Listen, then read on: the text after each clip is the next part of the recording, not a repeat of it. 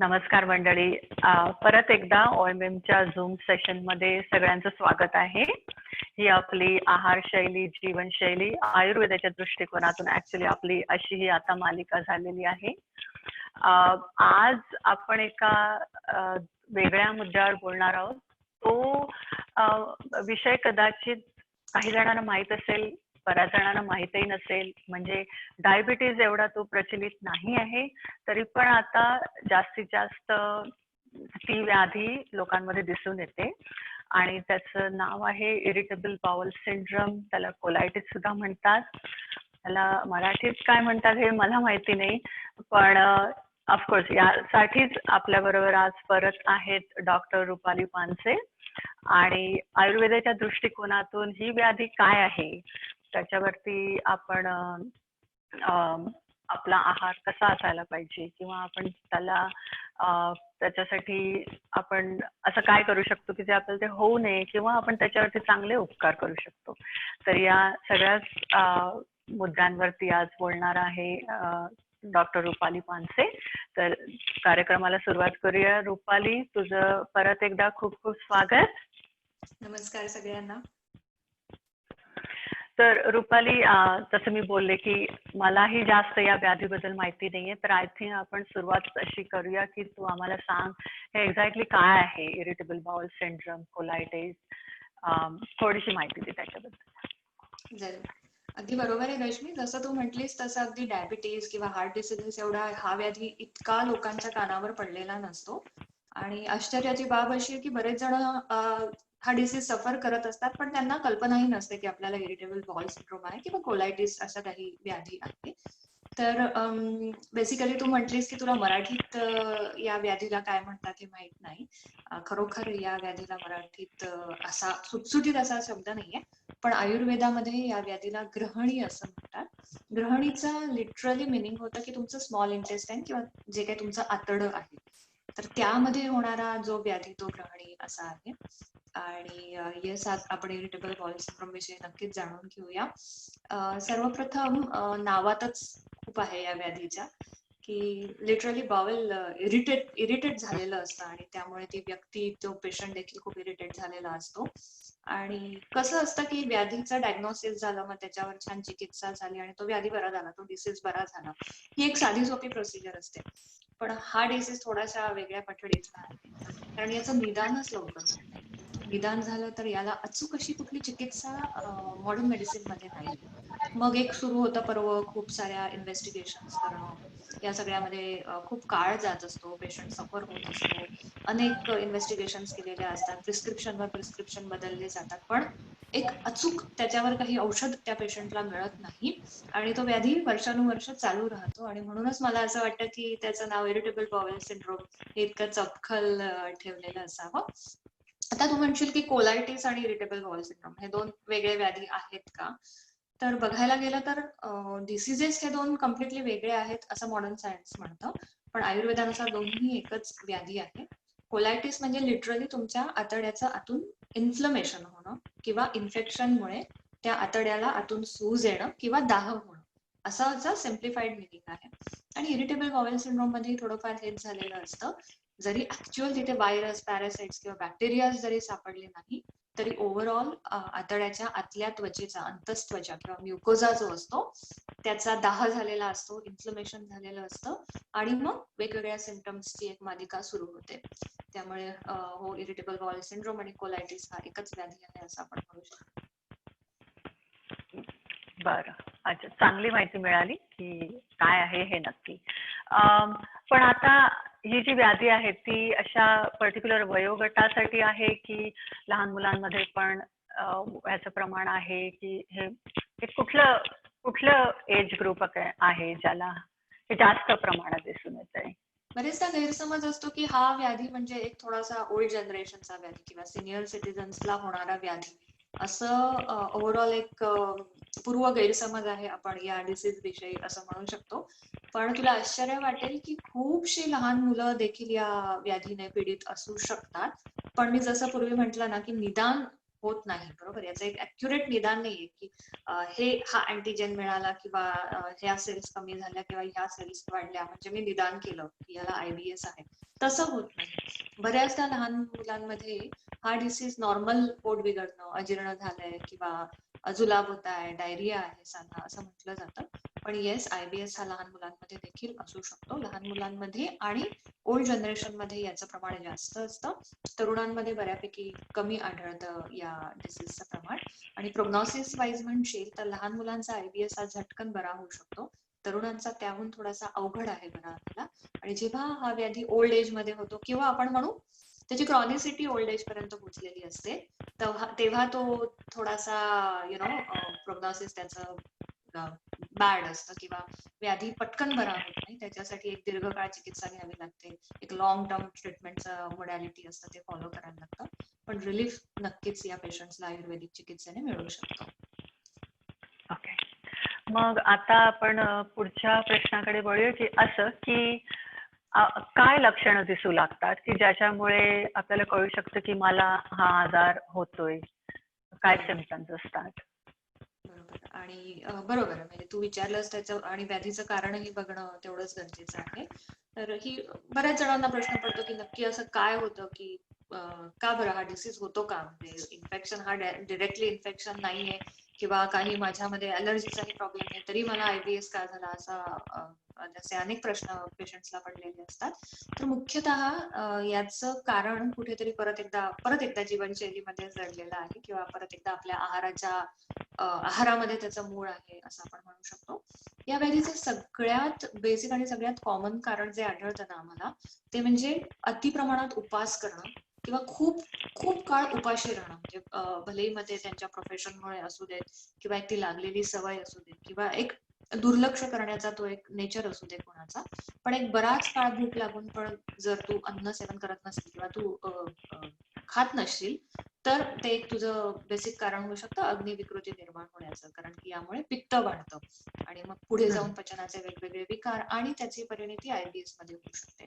त्यामुळे खूप काळ उपाशी राहणे किंवा प्रकृतीला न सोसणारं खूप जड अन्न वारंवार खाल्लं जाणं, खूप आंबट असलेलं, खूप फर्मेंट केलेलं, खूप प्रिझर्व केलेलं गार अन्न, वृक्ष इन द सेन्स कोरडेपणा की एक त्याच्यामध्ये एक सत्व पाहिजे, अन्नामध्ये एक ताजेपणा हवा, त्यामध्ये पाण्याचं प्रमाण व्यवस्थित पाहिजे. जर कोरडे, वाळवलेले, प्रिझर्व केलेले पदार्थ जर वारंवार खाण्यात येत असतील तर तेही कुठेतरी एक ॲपेटाईट बिघडवायला कारण होऊ शकतं. आणि बिघडलेला ॲपेटाईट किंवा बिघडलेला अग्नी हेच ग्रहणीचं एक मूळ कारण सांगितलं आहे. याखेरीज बरेचदा काय होतं की डायरिया झाला किंवा खूप जुलाब होत आहे आणि ठीक आहे, जुलाब बरा झाला, डायरिया बरा झाला, पण डायरिया बरा झाल्यानंतर आपला जो ॲपेटाईट असतो तो पूर्ण शून्यावर आलेला असतो आणि मग त्याला हळूहळू अन्न देऊन तो फायर इग्नाइट करायचा असतो. पण असं असताना वीक ॲपेटाईट असताना किंवा दुसऱ्या एखाद्या आजारपणामध्ये तुझा ॲपेटाईट एकदम कमी झालेला आहे, तुझा पचवण्याची क्षमता अजिबात नाहीये आणि अशा वेळेस जेव्हा न्यूट्रिशनच्या नावाखाली किंवा मला तो आजारपणातली जी माझी झीज झालीये ती भरून काढण्याच्या नावाखाली जो मारा करतो ना आपण, अति पोषक अन्नाचा मारा करतो विदाउट कन्सिडरिंग अवर ॲपेटाईट, तर तेही एक खूप मोठं कारण ग्रहणीचं किंवा IBSचं आहे आणि असं मेन्शन केलेलं आहे. याखेरीज स्ट्रेस हा खूप दुर्लक्षित मुद्दा आहे IBSच्या बाबतीतला. मानसिक ताण, तणाव, चिंता, शंका किंवा एक काही जणांना सवय असते प्रत्येक गोष्टीची चिकित्सा करण्याची. खूप अनालाइज करतात ही लोक आणि या सगळ्या बाबतीत शंका असतात, हे होईल की नाही, हे असंच झालं तर, ते तसंच झालं तर, एक निगेटिव्हिटी असते. अशा लोकांमध्ये गट फ्लोरा आणि फिलिंग्स म्हणजे मानसिक स्वास्थ्य यांचा खूप मोठा संबंध आढळला जातो. आणि स्ट्रेस हे अतिशय कॉमन रिझन आहे की जे अनफॉर्च्युनेटली दुर्लक्षिल्या जातं मेडिकल सायन्स कडनं, डॉक्टर्स कडनं पण आणि पेशंट्स कडनं पण. मला एक इथे खूप छान गंमत सांगायला आवडेल की आम्ही लोक काय आता मॉडर्न मेडिसिन देखील आतड्याला म्हणजे जी काही तुझी डायजेस्टिव्ह सिस्टीम आहे ना त्याला सेकंड ब्रेन किंवा कंट्रोल रूम, आपल्या शरीराची एक कंट्रोल रूम आहे असं आपण म्हणू शकतो. तुला खूप आश्चर्य वाटेल ऐकून की आपल्या ब्रेन सेल्स म्हणजे ज्याला CNS म्हणतो आम्ही, सेंट्रल नर्वस सिस्टीम म्हणतो, त्या डेव्हलप होण्याच्या आधी देखील आपल्या शरीरामध्ये एक पूर्ण इंडिपेंडंट स्वतंत्र कार्यप्रणाली असलेली वेगळी नर्वस सिस्टीम पोटामध्ये डेव्हलप झालेली असते. जेव्हा बाळ बरं. कन्सीव्ह होतं किंवा एम्ब्रिओ असतं बाळाचं, तेव्हा त्याची एक separate enteric nervous system develop झालेली असते even before the development of CNS system. त्यामुळे आतड्यात असणारा जो हा मेंदू आहे त्याचा खूप मोठा प्रभाव डोक्यात असणाऱ्या मेंदूवर असतो. आणि ह्यांचं सिंक बिघडलं, यांचं सिंक्रोनायझेशन बिघडलं, यांची हार्मनी बिघडली, बॅलन्स बिघडला, तर एकमेकांच्या सिस्टीमवर डेफिनेटली ही लोक हे डिसीज मॅनिफेस्ट होऊ शकतात. त्यामुळे खूप सारी चिंता, ताणतणाव असतील तर त्याचा परिणाम हा आतड्यातल्या नर्वस सिस्टीमवर होत असतो आणि मोठ्या भरपूर कॉम्प्लिकेटेड उलाढाली होऊन देखील हा IBS होऊ शकतो. याखेरीज दुपारच्या वेळेस जेवण करून झोपणं ही आयुर्वेदाने नेहमी अंडरलाईन केलेली गोष्ट आहे. तर बऱ्याचशा पेशंट्समध्ये ही एक सवय असल्याचं आढळतं. याखेरीज मी कायम मेन्शन करत आले की विरुद्ध अन्नांचं सेवन हे वारंवार होत आलं किंवा जास्त प्रमाणात होत आलं तरी देखील अग्नी बिघडून IBS हा व्याधी होऊ शकतो. याखेरीज एक्सक्लुझिव्हली काही पदार्थांच्या ॲलर्जीज असतात असं बऱ्याचशा पेशंट्समध्ये आढळून येतं, बऱ्याचशा लोकांमध्ये आढळून येतं.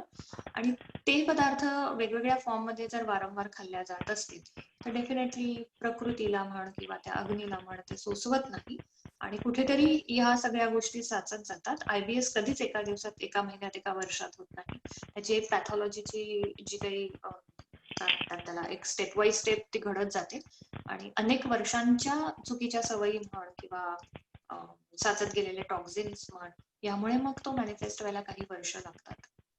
तू विचारलं की याचे सिम्पटम्स काय, तर ह्याच्या सिम्पटम्सचे परत आपण 2 पार्ट करू शकू. एवढी सिम्पटम्स IBS मध्ये पेशंट्स दाखवत असतो. तर त्यातली अर्लिएस्ट सिम्पटम आपण आधी बघूया, कारण की ती फार महत्वाची आहे. ही सिम्पटम्स जर लवकर डायग्नोसिस झाली किंवा पेशंटला कळलं की नाही हे काहीतरी वेगळा प्रकार आहे, हा मला डॉक्टरशी कन्सल्ट करायला हवं किंवा काहीतरी बिघडलंय माझ्या डायजेस्टिव्ह सिस्टीम बद्दल की जे पुढे जाऊन त्याची परिणती वेगळ्या डिसीज मध्ये होऊ शकते. हे जेवढं पेशंट किंवा जेवढं आपण लवकर आयडेंटिफाय करू ना तेवढा तो डायग्नोसिस लवकर होईल आणि त्याची चिकित्सा लवकर सुरू होते.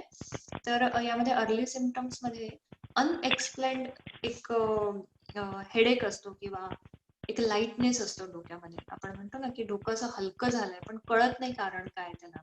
झोपही झालीये, खाणंही व्यवस्थित आहे, बाकी काही नाहीये, सर्दी खोकला, तरी एक विशिष्ट हलकेपणा असतो डोक्यामध्ये. याखेरीज हलकीशी चक्कर येते असते या पेशंट्सला. त्याच्यानंतर गिडीनेस, आपण सोप्या भाषेत सांगायचं झालं तर गिडी फील असतो. अजून एक गमतीचा भाग की या पेशंट्सच्या जो ओरल म्युकोसा असतो ना, यावर या डिसीजचे सिम्पटम सगळ्यात आधी दिसायला सुरुवात होतात. वारंवार तोंड येणं किंवा एक कोरडेपणा म्हण किंवा स्ट्रॉंग टेस्ट सहन नाही होत या लोकांना, लगेचच यांची जीभ झणझणते किंवा गालाच्या आतला जो म्युकोसा आहे तो कायम लाल होणं किंवा त्याच्यावर व्रण होणं, तोंड येणं, अशा गोष्टी होऊ शकतात. याखेरीज आतड्यांमध्ये एक दुसऱ्याला ऐकू जाईल इतका मोठा आवाज सतत यांच्या पोटामध्ये येत असतो. गुरगुर आवाज आतड्यांमध्ये येत असतो. तो साऊंड एक खूप महत्वाचा साऊंड किंवा महत्वाचा सिम्पटम, अर्लिएस्ट सिम्पटम आम्ही मानतो. कारण की इथे कळतंय की वातदोष वाढायला लागलाय आतड्यामध्ये आणि नको तेवढा तो तिथे वाढत चाललाय आणि त्याचे परिणाम आता हळूहळू दिसायला सुरुवात होते. तर त्याला एक छान शब्द आहे आयुर्वेदामध्ये, आंत्रकूजन. म्हणजे जसं कोकिळेचं कूजन असतं ना, तसं आतड्यामध्ये हे वाताचं कूजन असतं, असं आपण म्हणूया त्याला. तर हे एक अर्लिएस्ट सिम्पटम आहे. कॅल्शियम लेवल्स छान आहे, सगळे व्हायटामिन्स व्यवस्थित आहे, ब्लड रिपोर्ट्स नॉर्मल आहेत, तरी काही लोकांमध्ये कंबर आणि पाठ दुखण्याचं प्रमाण असतं, खूपच असतं, अनएक्सप्लेन्ड असतं, काही कारणच देऊ नाही शकत त्याला. तसंच पोटऱ्यांमध्ये गोळे येणं हेही एक खूप महत्वाचं लक्षण इनिशियल स्टेजमध्ये IBS चे पेशंट्स दाखवत असतात. अंगामध्ये कायम एक कणकण असते या लोकांच्या. ते सांगतात की असं छान नाही वाटत, फ्रेश नाही वाटत, असं वाटतं की ताप येईल.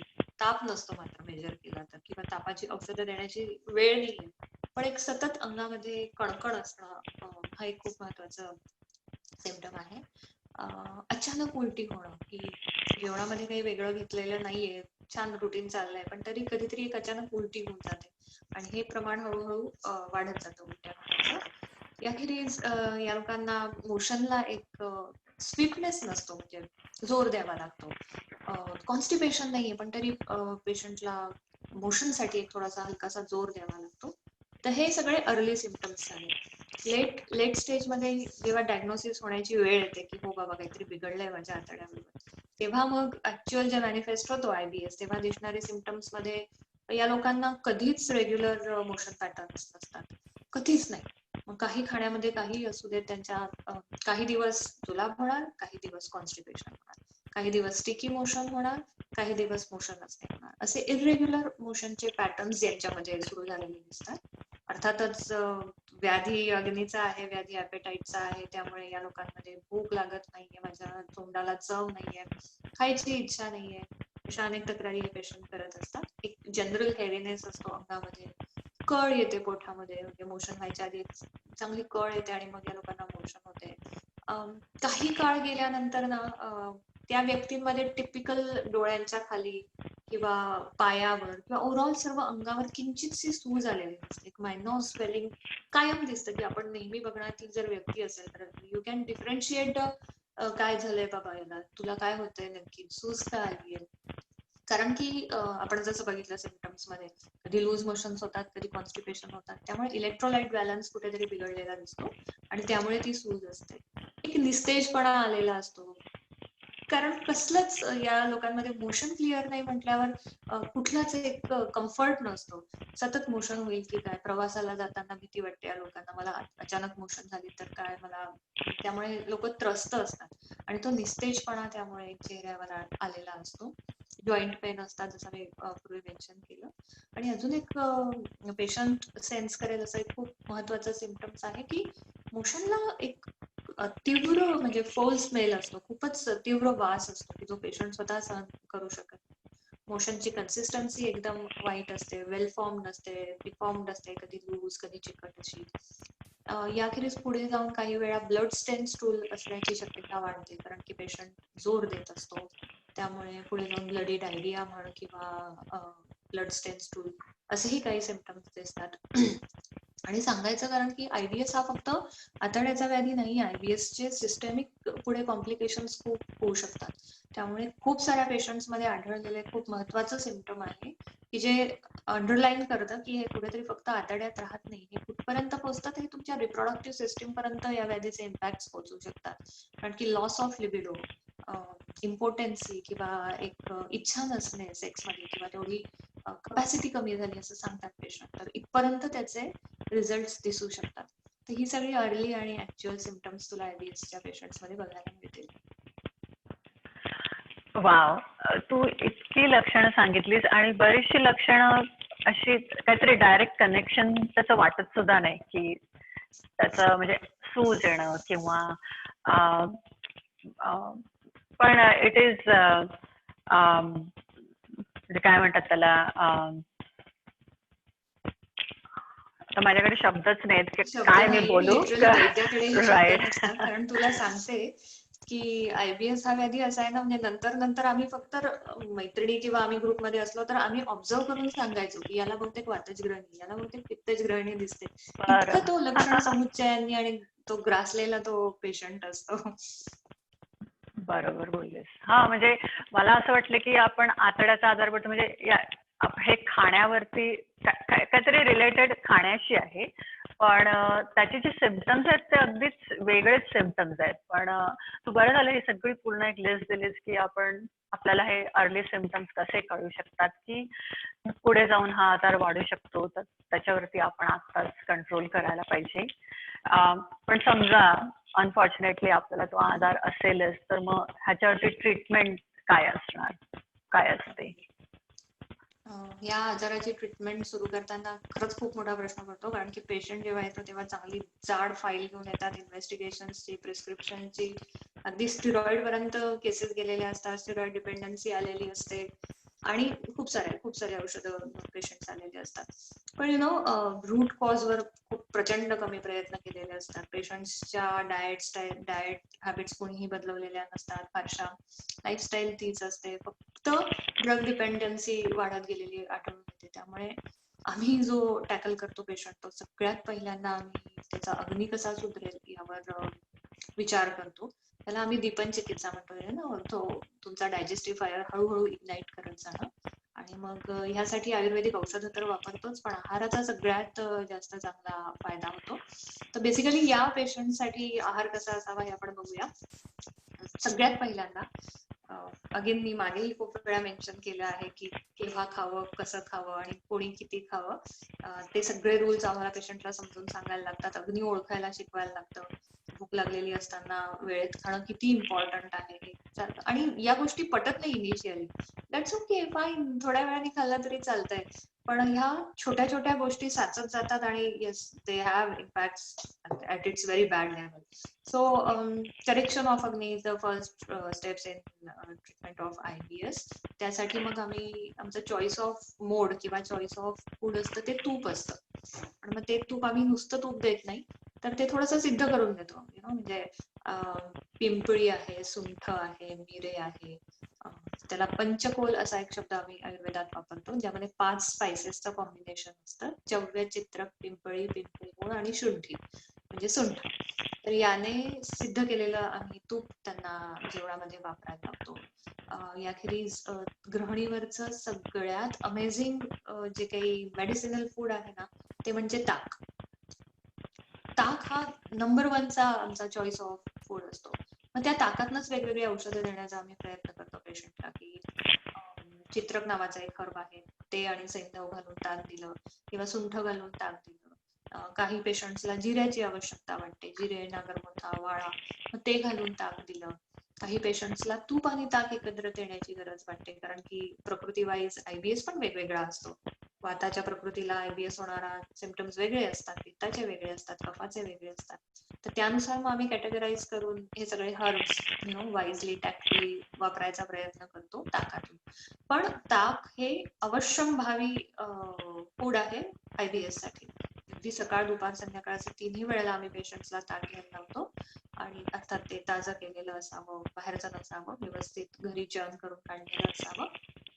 या ताकाचा म्हणजे फायदे असे आहेत की जसं मी मेन्शन केलं की सतत यांना लूज मोशन होत असते, त्यामुळे मग इलेक्ट्रोलाइट बॅलन्स खूप छान मेंटेन करतो. At the same time stool मधलं पाण्याचं प्रमाण कमी करण्याचं काम ताक छान करतं. याखेरीज एक तरतरी येते, खूप वाढते ताकाने छान. तसे मल्टिपल बेनिफिट्स ताकामध्ये मिळतात. त्यामुळे IBS साठी ताक हे आमचं चॉईस ऑफ फूड असतं घृतानंतर. याखेरीज यांना खूप साधा, हलका आणि एक सिमिलर डाएट देण्याची गरज वाटते.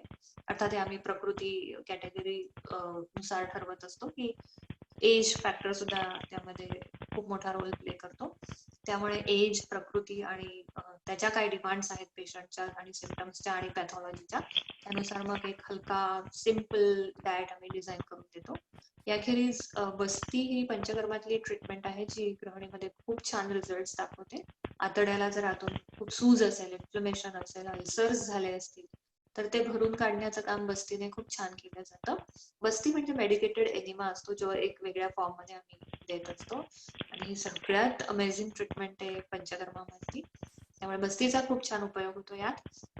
याखेरीज या पेशंट्स मध्ये जसं मी मेन्शन केलं ना, केवढे सारे सिम्पटम्स असतात. मग त्या सिम्पटम्सचा विचार करून पण आम्हाला वेगवेगळं आहार आणि औषधं द्यायला लागतात. उदाहरणार्थ मी सुजेचा उल्लेख केला होता, तर मग अशी सूज असणाऱ्यांना किंवा ज्यांचा ॲपेटाईट कमी झाला आहे किंवा ज्यांना कॉन्स्टिपेशन आहे IBS, यांना मग तक्रारिष्ट नावाचं एक औषध आहे, ते आम्ही प्रिस्क्राईब करत असतो. त्याच्यामुळे सूजही छान कमी होते, मोशन पॅटर्न पण खूप छान सुधरवलेले दिसतात. जसं स्ट्रेस आहे मेन कारण IBSचं, मग त्या स्ट्रेसला पण कन्सिडर करून खूप सारी औषधं द्यावी लागतात. मग परत आम्ही तुपाचा वापर करतो, ब्राह्मी कृतज्ञ किंवा जटामांसी तेल वापरतो. वेगवेगळ्या इंटरनल आयुर्वेदिक मेडिसिन्सचा पण आम्ही उपयोग करतो. काउन्सिलिंग खूप महत्वाचं असतं गृहिणीच्या पेशंट्समध्ये. आपल्या डॉक्टर बरोबर सतत बोलत राहण्याने देखील IBSच्या पेशंट्सचा स्ट्रेस कमी होतो आणि कॉन्फिडन्स येतो. त्यामुळे काउन्सिलिंग पण एक खूप महत्वाची चिकित्सा आहे IBS मध्ये. वेगवेगळे जे वरण आहेत ना, आपण आता मुगाला तर आता सगळ्यांना माहिती झालंय मला मूग किती आवडतं, रादर आयुर्वेदाला मूग किती आवडतं. तर मग जेव्हा आम्ही सांगतो ना मुगाचं सूप घ्या किंवा मसुराचं सूप घ्या, मग ते सूप करताना किंवा ते वरण करतानाच मग त्यामध्ये आम्ही वेगवेगळ्या गोष्टी टाकायला लावतो की जो ज्यांचा औषधी म्हणून उपयोग केला जातो. त्यामध्ये परत एकदा चित्रक आहे, शुंठी आहे, धने आहे, जिरे आहे, मिरे आहेत, वाळा आहे. काही वेळा वाळ्याचा वापर करायला लागतो. नागरमोथा देखील इंटरनली आम्ही वापरतो या पेशंट्स मध्ये. आणि सगळ्यात आवडतं म्हणजे माझं पर्सनली आवडतं जे चॉईस ऑफ फूड आहे किंवा चॉईस ऑफ होम रेमेडी आहे ते म्हणजे बेलफळ. बेलफळ मगजापासून जे काही पदार्थ तयार होतात ना, बेलफळाचा जाम आहे, सरबत आहे, मुरब्बा आहे, काहीही, बेलफळाचं चूर्ण आहे किंवा ताजं बेलफळ आहे, बेलफळाची वडी आहे, अशा असंख्य रेसिपीज आहेत बेलफळाच्या. तर बेलफळाचे खूपच सुंदर रिझल्ट्स IBSच्या पेशंट्सवर दिसून येतात. दुखणं कमी होतं पोटातलं, मोशन पॅटर्न्स छान सुधरतात, याखेरीज अंगावरची सूज कमी होते, तोंडाला चव येते, भूक वाढते, असे असंख्य फायदे बेलफळांना मिळतात. याखेरीज कवठाने देखील हे फायदे मिळतात. वूड ऍपल ज्याला इंग्लिशमध्ये नाव आहे. काही वर्णांमध्ये पित्त, स्पेसिफिकली पित्ताच्या प्रकृतीला आम्ही डाळिंबाच्या रसाचा वापर करायला लागतो. जसं आपण लिंबू पिळतो ना वरण भातावर, तसं आम्ही यांना सांगतो की थोडासा डाळिंबाचा रस वरण भातावर घ्या. इतका छान त्याचा रिझल्ट येतो. याखेरीज मुळा, म्हणजे कधी मुळ्याचा उल्लेख ऐकला नसेल तो आयुर्वेदिक लोकांकडनं, पण जो मुळा असतो ना, तो किसून वर्णामध्ये टाकायला लागतो. त्याचा खूप छान उपयोग मोशन पॅटर्न सुधारण्यावर किंवा एक जो वाताचं गुडगुड आवाज येणं पोटात, फ्लॅच्युलन्स खूप असतो या लोकांना, तो कमी करण्यासाठी उपयोग होतो. याखेरीज चंदनाचं सरबत आहे, वाळ्याचं सरबत आहे, कोकम सरबत आहे. याच्याने मग तो एक दाह कमी होतो. हातापायाचा दाह देखील या पेशंट मध्ये होतो, तो कमी होतो. म्हणजे अनेक छोटे मोठे किचन रेमेडीज आपण यामध्ये वापरू शकतो. या लोकांनी आंबट, तसंच अगदी फर्मेंट केलेलं फसफसलेलं अन्न, दही, याखेरीज खूप हिरवी मिरची घातलेलं अन्न आहे, दुधाची काही व्यंजन आहे, खवा आहे, आईस्क्रीम आहे, मिल्कशेक्स आहेत, मिठाया आहेत वेगवेगळ्या, ह्या आम्ही 100% टाळायला लावतो काही महिने. मग आम्ही हळूहळू त्यांना घरगुती डेझर्ट्सकडे डायव्हर्ट करतो. या पेशंट्स मध्ये किंवा IBSच्या व्यक्तींमध्ये ना जनरल विकनेस काही केल्या पटकन जात नाही किंवा वजन खूप कमी होतं. एस्पेशली जर वाताची प्रकृती असेल तर IBSच्या पेशंटचं वजन लिटरली कधी कधी अर्ध्यापेक्षा कमी झालेलं पण आढळतं. मग यांच्यामध्ये आम्ही गोट सूप, म्हणजे चिकन सूप, गोट सूप, तेही परत वेगवेगळे हर्ब्स टाकून, किचन हर्ब्स टाकून सजेस्ट करतो त्यांच्या प्रकृतीनुसार. तर ह्या सगळ्या गोष्टींचा एक खूप छान उपयोग होतो मोशन पॅटर्न सुधारण्यावर, वात कमी करण्यावर आणि ओव्हरऑल आतून जे इन्फ्लमेशन आहे ते कमी करण्यावर. याखेरीज मेडिटेशन आहे, योगा आहे आणि नियमित हलका व्यायाम देखील आम्ही करायला लावतो.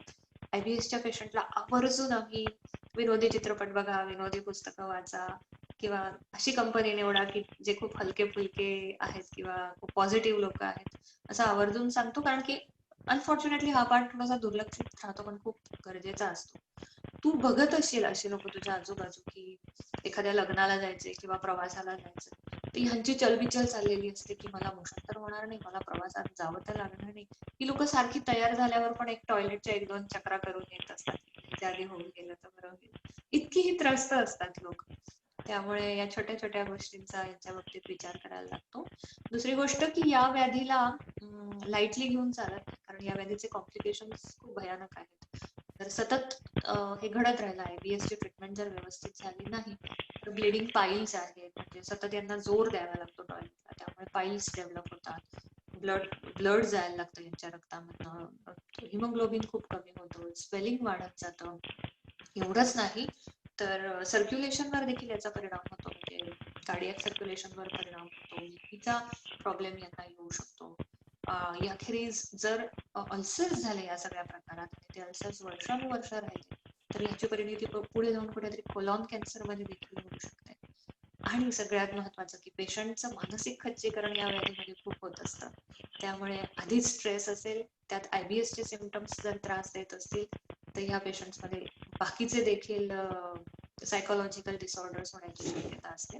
त्यामुळे प्लीज हा व्याधी लाईटली घेऊ नका आणि ही अशी चिकित्सा असते या व्याधीची. आय थिंक तू खूपच महत्वाचा मुद्दा इथे मांडलास की म्हणजे दुर्लक्ष करू नये पहिली गोष्ट, आणि त्याच्यावरती प्रॉपर ट्रीटमेंट होणं तितकंच जरुरीचं आहे. आणि तू सांगितलंस की IBS मध्येही प्रकार असतात आणि जो प्रकार असेल त्याप्रमाणे त्याची ट्रीटमेंट असते. ऍक्च्युली हा माझा पर्सनल म्हणजे एक्सपिरियन्स असं झालंय, माझ्या वडिलांना कोलन कॅन्सर होता. पण आय कॅन सी की आम्हाला जेव्हा एक कळलं, आम्हाला तो एक अल्सर आहे असं कळलं. पण पण मला असं वाटतं की त्याची सुरुवात, जसं तू बोललीस की असे बऱ्याच सिम्पटम्सने झाली असेल, त्याच्याकडे कदाचित दुर्लक्ष झालं असेल किंवा नीट ट्रीटमेंट त्याची होऊ शकली नसेल. तर आय थिंक आज बऱ्याच चांगली माहिती मिळाली की आपण कुठली लक्षणं आहेत त्याच्याकडे नीट लक्ष द्यायला पाहिजे, आणि त्याचं डायग्नोसिस करून घेणे तेवढं जरुरी, आणि त्याची ट्रीटमेंट. आता अशा मुद्द्याकडे वळूया की हे होऊ नये म्हणून आपण काय करू शकतो, आपल्या आहारामध्ये आपण असे काय बदल करायला पाहिजेत. आय थिंक ह्याच्यावरती तू थोडंसं आधीही बोललीस, आणि मला आठवतंय की आपण जेव्हा पहिला भाग केला होता इम्युन बुस्टिंग डाएट, त्याच्यातही तू भरपूर काय काय याच गोष्टी कव्हर केल्या होत्या. मला असं वाटतं की कदाचित तेच आताही रिपीट होईल का माहिती नाही, पण तुझ्याकडून परत ऐकायला आवडेल की ही व्याधी होऊ नये म्हणून आपला आहार कसा असावा. सगळ्यात आधी म्हणजे आयुर्वेद देखील म्हणतो की तुमच्या स्वास्थ्याला जर जपायचं असेल तर सगळ्यात आधी काळजी घ्यायची ती तुमच्या भुकेची, बरोबर. आणि ती भूक जर नीट जपली, भूक in the sense digestive fire म्हणजे ॲपेटाईट, तर कुठलाही व्याधी तुम्हाला होऊ शकणार नाही. त्यामुळे मजा करा. म्हणजे आपण कधीतरी कळतं आपल्याला की अरे नाही, हे मी चुकीचं वागते. माझं 5 कोर्स डिनर घे, जेवण झालेलं असताना परत डेझर्ट खाणं असू दे, किंवा जेवण झाल्यावर हार्डली अर्धा तास होतोय आणि परत आईस्क्रीम खाल्लं, परत एखादं मिल्कशेक प्यायलं, परत एक कॉफीचा कप घेतला, ही सवय आहे. किंवा जेवणाची वेळ झालेली नसताना चला आता मला आटपायचंय, मला कुठेतरी जायचंय म्हणून मग पोटाला पोट भरलेलं हवं म्हणून मग खाणं, किंवा भूक लागलेली असताना डिले करणं असं घे, किंवा माझ्या पोटाची कपॅसिटी नसताना जास्त खाणं, शिळं अन्न वारंवार खाणं. मी शिळ्या अन्नाबद्दल पण मागे बोलले की शिळं अन्न याचा अर्थ असं नाही होत की मी रात्री म्हणजे आदल्या दिवशीचा स्वयंपाक दुसऱ्या दिवशी खाणं म्हणजेच फक्त शिळं अन्न आहे, असं नाहीये. प्रोसेस फूड आहे वेगवेगळं. आपण फ्रीज मध्ये जे काही साठवून ठेवतो ते देखील शिळं फूड आहे. साधं बिस्किट जरी घेतलं ते सुद्धा शिळं फूड आहे. पण मी नाही म्हणणार तुम्हाला की पूर्ण तुमच्या लाईफ मधनच या छान छान आवडणाऱ्या गोष्टी करा, पण वॉच ठेवा स्वतःवर की माझ्या रोजच्या जेवणात या गोष्टी किती प्रमाणात येतात, त्याला एक कुठेतरी चाप बसवा, कंट्रोल ठेवायला. शक्यतो साधं ताजं प्रकृतीला मानवणारं सवयीचं अन्न खाणं हे देखील खूप एक महत्वाचं आहे की आपण जिथे राहतो त्या वातावरणाला अनुकूल असं अन्न खाणं फार गरजेचं आहे. खूप फर्मेंट केलेलं, खूप आंबट, खूप गोड आणि खूप तिखट हे पदार्थ कमी झाले पाहिजे. एक छान 5ही टेस्टचा बॅलन्स, 6 टेस्टचा बॅलन्स एक आहारामध्ये असणं फार गरजेचं आहे. याखेरीज मी स्ट्रेसचा उल्लेख केला. तो स्ट्रेस आयडेंटिफाय करायला शिकणं फार गरजेचं आहे आणि तो डील करता यायला पाहिजे. प्रत्येकाच्या आयुष्यात आज स्ट्रेस आहे कुठल्या ना कुठल्या स्वरूपात, मग तो कामाचा असू दे, पर्सनल लाईफचा असू दे, पण तो एक थर्ड पर्सन म्हणून त्याच्याकडे आपल्याला बघता आलं पाहिजे की ही मी आहे, हा माझा स्ट्रेस आहे आणि याचा परिणाम बघ माझ्यावर काय होतो. हे लवकरात लवकर आपण आयडेंटिफाय करून जर त्यावर वर्क केलं, एक्सपर्टची मदत घेतली, मला स्वतःला डील नाही करता येते, मग त्यातला जो एक्सपर्ट आहे त्याची मी मदत घेतली, वेळीच त्या स्ट्रेसला कंट्रोल केला, तर त्याचे परिणाम माझ्या शरीरावर कमी दिसणार आहेत. खूप साऱ्या सवयी आहेत आपल्या, अल्कोहोल आहे, टोबॅको आहे, यांचा प्रत्येक मिनिटाला वेगवेगळ्या सिस्टीम्सवर वेगवेगळे परिणाम होताना दिसतात. मग ते कमी करायला आपण शिकलं पाहिजे. झोप आहे, झोपेचा मोठा परिणाम भुकेवर आणि पचनावर होतो. ती लाईटली घेऊन चालणार नाही. मला असं वाटतं गेल्या 6 महिन्यात लॉकडाऊनच्या पिरियडमध्ये सगळ्यात लाईटली गेलेली गोष्ट ती झोप असावी. केव्हाही झोपणं, केव्हाही उठणं आणि उशिरा झोपणं, या 3 गोष्टी खूप मोठा परिणाम बायोलॉजिकल क्लॉकवर करत असतात. प्रत्येकाला एक आपण म्हणतो ना, एक आयडियल दिनचर्या मी नाही म्हणणार की पाळता येईल प्रत्येकाला, पण एक सिस्टमॅटिक एक काहीतरी दिनचर्या किंवा डेली रुटीन असावं की एक स्पेसिफिक पोर्शन मी माझ्या फिजिकल हेल्थसाठी देईल, स्पेसिफिक पोर्शन मी माझ्या मेंटल हेल्थसाठी देईल, हा एक छोटासा पोर्शन मी माझ्या स्वतःच्या छंदांसाठी देईल. कारण तुला सांगते, हे तुला वाटेल की अरे म्हणजे वैद्य आहे, औषधं आणि हे बोलायचं सोडून मी हे काय बोलते, पण ह्या सगळ्याचा इम्पॅक्ट जास्त होतो ग प्रत्येक व्याधीवर. मग कुठलाही व्याधी घे, अगदी कुठल्याही सिस्टीमचा कुठलाही व्याधी घे, या 3 गोष्टींचा विचार करणं गरजेचंच असतं. हे झालं. याखेरीज जसं मी म्हटलं की अर्ली सिम्पटम्स ओळखणं फार गरजेचं आहे. मग अर्ली सिम्पटम्सला प्लीज निग्लेक्ट करू नका. जेव्हा अगदी हातातोंडाशी घास येतो तेव्हा आपण डॉक्टरकडे पळतो, तसं नको करायला. अर्ली सिम्पटम्स ओळखून वेळीच योग्य तज्ञांचा सल्ला घ्यायला मागे पुढे बघू नका. योग्य वेळेत जर या गोष्टी सुधारवल्या गेल्या आहाराच्या बाबतीत, लाईफस्टाईलच्या बाबतीत किंवा अजून काही एक्सटर्नल रिझन्स असतील तर डिसीज होण्याच्या आधीच आपण कुठेतरी त्याला कंट्रोल करू शकतो. चांगल्या प्रकारे तू हे समजावून सांगितलंस. थँक्यू. आता आपल्या प्रेक्षकांमध्ये कोणाला प्रश्न असतील तर तुम्ही विचारू शकता. तुम्ही स्वतःला अनम्यूट करू शकता आणि तुमचे काही प्रश्न असतील तर विचारा आता.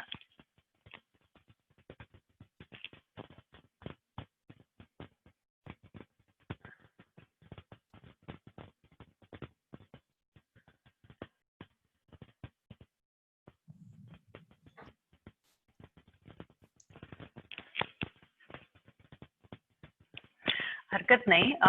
मला असं वाटतं आज खूप खूप काही माहिती मिळालेली आहे आणि आपण ही रेकॉर्ड सुद्धा केलेलं आहे. त्यामुळे ज्या लोकांना हा परत एपिसोड बघायचा आहे आणि परत रिवाइज करायचं त्यांना करता येईल. हॅलो रुपाली, मला एक प्रश्न होता. नलिनी बोलते. लहान मुलांच्या बाबतीत अति अँटीबायोटिक दिल्यामुळे काही रिझनमुळे हा आजार होऊ शकतो का?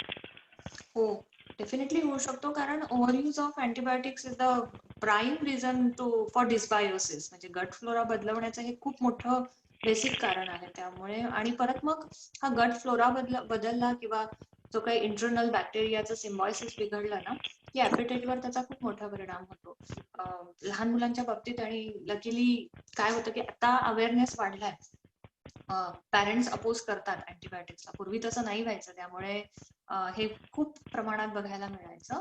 साधारणपणे एक 8-9 महिन्याचं किंवा वर्षाचं बाळ खूप मोठ्या प्रमाणामध्ये या लोकांना डायरिया हा होतोच या काळामध्ये. मग तो व्हायरल डायरिया असू देत, नाही तर नॉर्मल बॅक्टेरियल डायरिया असू देत एखादा. आणि ह्या डायरियामध्ये एकतर प्रचंड फ्लुइड दिलं जातं. हायड्रेट करणं गरजेचंच असतं, पण कधी कधी ही लोक ओव्हर हायड्रेट होतात. अँटीबायोटिक प्रचंड प्रमाणात वापरली गेली असतात आणि हे एक रिझन होऊन मग या लोकांना पचनाचे वेगवेगळे व्याधी मग ऑब्झर्व केलं असेल तर मग हे सगळी लक्षणं या लोकांमध्ये दिसायला लागतात आणि याची परिणती IBS मध्ये नक्कीच होऊ शकते. हो होऊ शकते जरूर. कारण मग ते IBS एक्स्ट्रीम झाल्यानंतर त्यांना म्हणजे कुठलेही आतड्याचं हे करून ऑपरेशन वगैरे पर्यंत पण पाळी जाऊ शकते ना. इतका विचित्र, इतका म्हणजे सिव्हिअर होतो तो. IBS मध्ये जर अल्सर्स झाले किंवा आतड्यांचे आतले लेयर एकमेकांना चिकटण्याची शक्यता वाढली, फायब्रोसिस झालं हिलिंग मध्ये, तर मग काही सर्जिकल प्रोसिजर्स करण्याची वेळ येते. पण ही खूप रेअर आहे, मला असं वाटतं फार रेअर आहे. मग त्याला काही अजून कारणांची जोड असली पाहिजे. Thank you Rupali, thank you. मला एक मी राणी बोलते आणि मला एक प्रश्न आहे की lower abdomen pain, is this associated to irritable bowel syndrome? आणि दुसरी मध्ये बरेचसे बाकीचे पण अवयव असतात. किडनीज आहेत, फिमेल मध्ये युट्रस आहे, जेंट्स मध्ये प्रोस्टेट आहे, ब्लॅडर आहे, युरिनरी ब्लॅडर आहे आणि स्मॉल इंटेस्टाईन आणि लार्ज इंटेस्टाईन आहे. तर ह्याच्यापैकी कुठल्याही ऑर्गनला जर काही इन्फ्लमेशन झालं असेल किंवा ऑर्गनला काही इश्यू असेल तर त्याचं मॅनिफेस्टेशन हे लोअर ॲब्डोमिनल पेन मध्येच होतं. त्यासाठी मग आयडेंटिफाय करायला लागतं की कुठल्या सेगमेंटमध्ये पेन आहे, कुठल्या बाजूला आहे.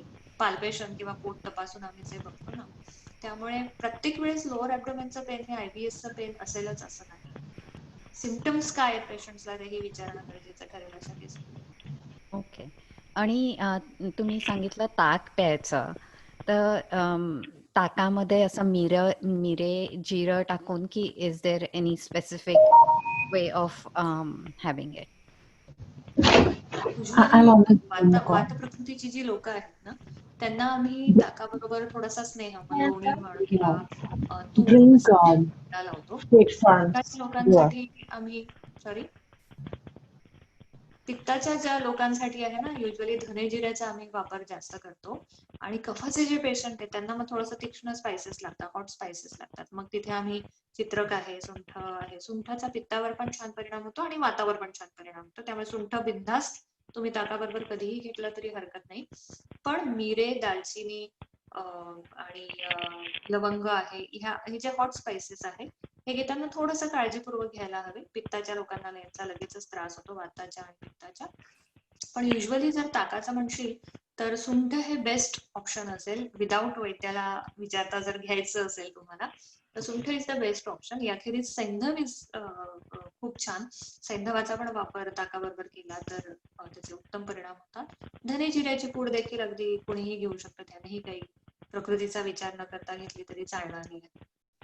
ताक हे नेहमी जेवणाच्या नंतर घ्यावं, जेवणाच्या आधी नाही घ्यावं. जेवणानंतर सगळ्यात पहिले जी प्राशन करायची वस्तू आहे ती ताकच सांगितली आयुर्वेदात, आणि त्याच्यानंतर मग थोड्या वेळाने पाणी प्यावं असं म्हटलं आहे.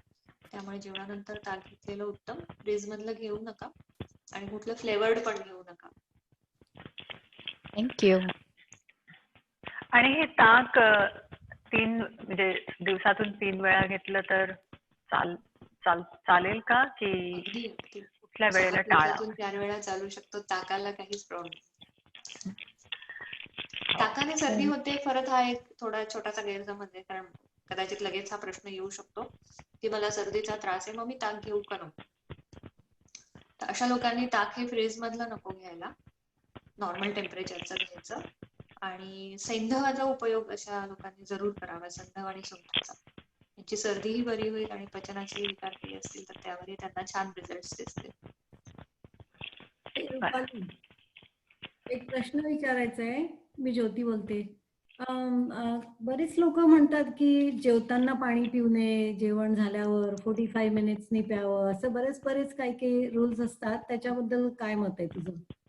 हो, जेवल्यानंतर लगेच ढसाढसा पाणी पिणं हे अग्नी बिघडवण्यामध्ये प्राईम रिझन आम्ही मानतो.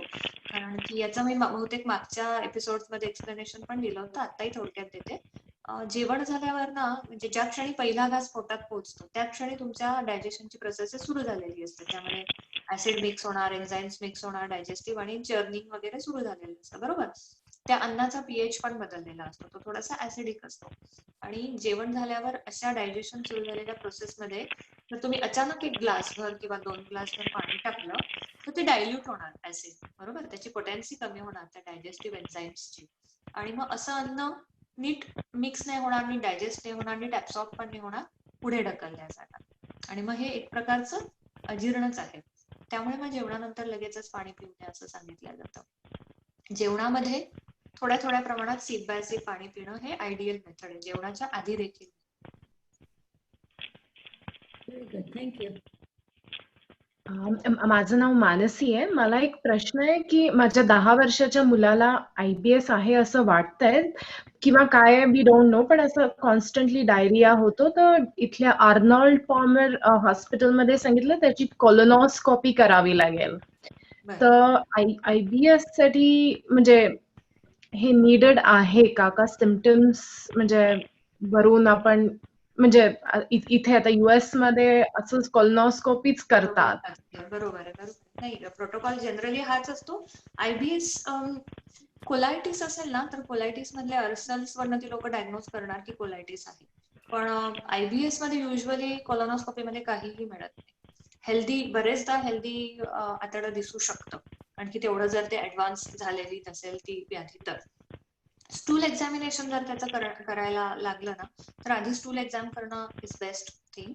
कारण की स्टूल एक्झामिनेशन मधनं बऱ्याचशा गोष्टी क्लिअर होतात. कारण IBSच्या पेशंटमध्ये स्टूल हे कधीच वेल फॉर्म नसतं, व्हेजिटेशन आढळतं त्याच्यात, अनडायजेस्टेड फूड पार्टिकल्स आढळून येतात. त्यामुळे लिपिड ग्लोब्युल्स असतात या अशा पेशंट्समध्ये. त्यामुळे स्टूल एक्झामिनेशन पण एक खूप इम्पॉर्टंट टेस्ट आहे. कोलोनोस्कोपी थोडीशी त्रासदायक असते, पण जर त्या डॉक्टरांना अगदी गरजेचंच वाटलं तर कोलोनोस्कोपी करणं ही होऊ शकतं, योग्य पाथ होऊ शकतो. ती थोडीशी एक डिस्कम्फर्ट देणारी पेनफुल प्रोसिजर आहे.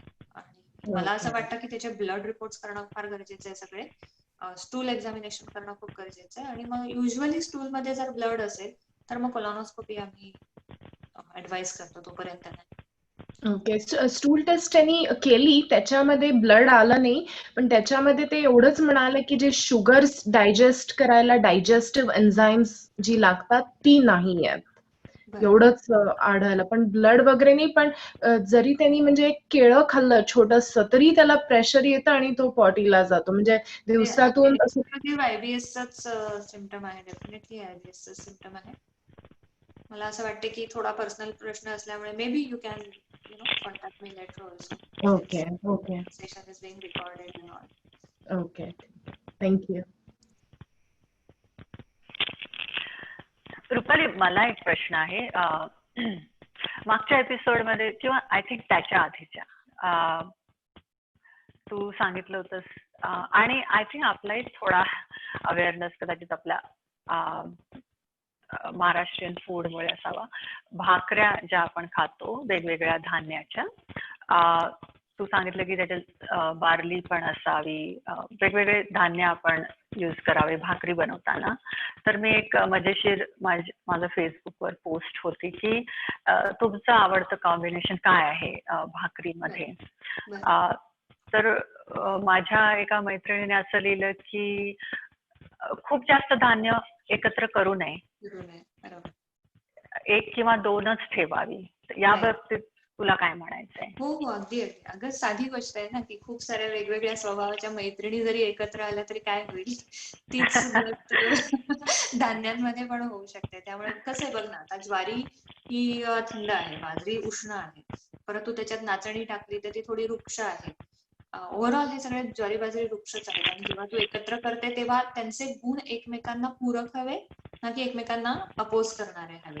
त्यामुळे हा मुद्दा जरूर महत्वाचा आहे की तुम्ही काय एकत्र करताय. म्हणून मला असं आठवतं की मी सांगितलं होतं की आलटून पालटून खा. कधी ज्वारीची, कधी बाजरीची, कधी नाचणीची, कधी तांदूळाची, अशी आलटून पालटून खा. आणि एकत्र करायचं झालं तर मग गुण माहिती हवे. मग ज्वारी बाजरी एकत्र केली तर चालणार आहे, पण तांदूळ आणि ज्वारी तू एकत्र केली तर कदाचित नाही चालणार ते. तर डेफिनेटली हाही मुद्दा खूप महत्वाचा आहे की पौष्टिक आहे म्हणून तुम्ही सगळं एकत्र करून चालणार नाही. बरं, ओके. आता मला कळलं, सगळे धान्य एकत्र करू नये. ओके. केली तरी ऑकेजनली ठीक आहे, पण तो तुझा रोजचा डाएट नको. ऑकेजनली तू करू शकते, छान आहे, त्याच्याने काही फरक नाही पडणार. पण तू रोज जेव्हा ते एकत्र करून खाते ना, मग ती कंटिन्युटी असते त्या डाएटमध्ये, मग पॅटर्न बनतो तुझा. मग तिथे कदाचित प्रॉब्लेम येऊ शकतो गुणांचा. म्हणजे आपण पॅटर्न वेगळा ठेवावा, थोडा बदलत ठेवावा असं म्हणतेस तू? राईट. म्हणजे कुठल्याही गोष्टींचं एकत्र कॉम्बिनेशन करताना नक्कीच लक्षात ठेवावं की हे सवय नको, रोज नको. बरं, ओके. अजून कोणाला काही प्रश्न आहेत का?